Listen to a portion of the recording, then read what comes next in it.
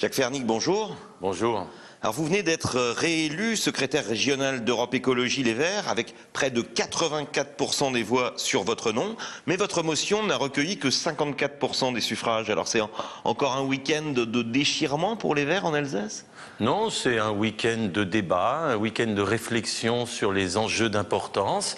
Et l'écologie, elle est rassemblée. Comme elle est rassemblée, elle est diverse. Elle est diverse. Ceci dit, beaucoup de mes collègues secrétaires régionaux dans d'autres régions rêveraient d'avoir un score de majorité absolue dès le premier tour. Alors au plan national, tout de même, Daniel Cohn-Bendit, battu, a décidé de prendre du recul. D'autres disent de claquer la porte. Vous le regretterez, vous, personnellement? Ou alors il paye le fait de dire qu'il était prêt à soutenir DSK? Daniel Cohn-Bendit n'a pas été battu. Il n'a pas été battu parce qu'il n'était pas candidat pour être secrétaire national d'Europe Écologie Les Verts.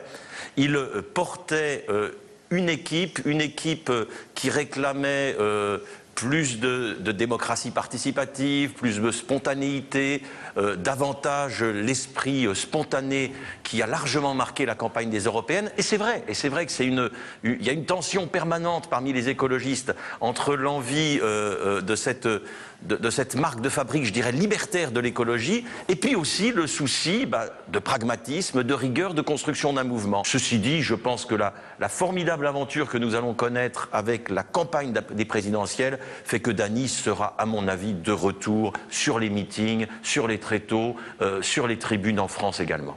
Est-ce que vous n'avez pas payé un peu cette image? Vous avez employé le mot libertaire il y a un an. On vous voyait président de la région Alsace et puis patatras, deuxième tour, alors que vous apparaissez plus finalement comme un pragmatique, vous.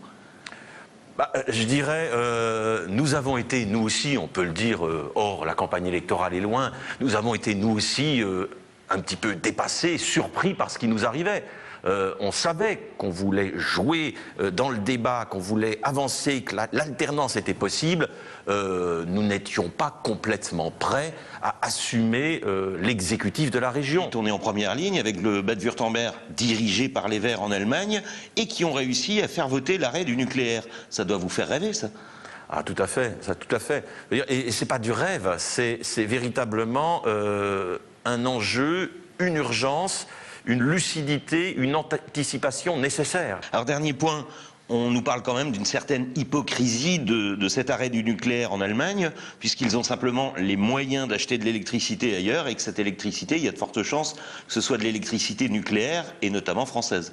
Alors ça, c'est sidérant.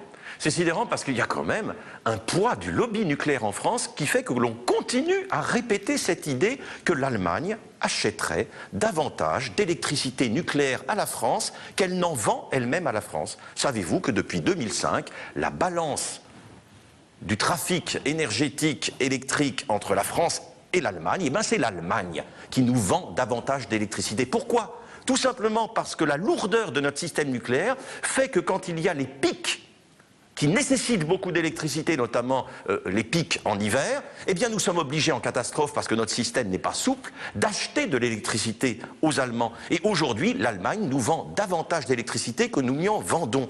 Autre fausse idée, l'idée que l'électricité française serait moins chère, serait meilleur marché que les autres électricités européennes grâce au nucléaire. Eh ben non. Il y a 12 pays européens qui ont une électricité moins chère, il y en a 14 qui ont une électricité plus chère, et il n'a échappé à personne que le patron d'EDF nous a annoncé pour les années à venir une forte hausse de la facture. Pourquoi? Parce que tout simplement, il faut anticiper les coûts de démantèlement des centrales qui seront nécessaires, les coûts de réinvestissement qui seront nécessaires également, et les coûts de traitement des déchets. Donc il y a des fausses idées. Et l'idée que l'Allemagne va hypocritement utiliser l'énergie nucléaire qu'elle ne veut plus faire chez elle est une idée tout simplement fausse. Jacques Fernic, merci. De rien. Au revoir.